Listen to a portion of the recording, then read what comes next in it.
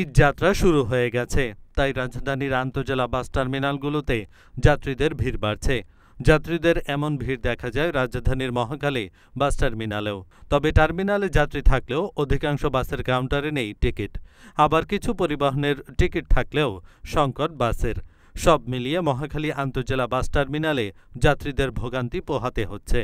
শুক্রবার সকাল থেকে দুপুর পর্যন্ত মহাখালী আন্তজেলা বাস টার্মিনালে সরেজমিনে ঘুরে এ চিত্র দেখা গেছে। সরেজমিনে দেখা যায় টাঙ্গাইলগামী নিরালা সুপার পরিবহনের টিকিটের জন্য যাত্রীরা ৩ থেকে ৪ ঘন্টা দাঁড়িয়ে আছেন। টিকিট থাকলেও পর্যাপ্ত বাস না থাকায় কাউন্টার থেকে যাত্রীদের টিকিট দেওয়া হচ্ছে না।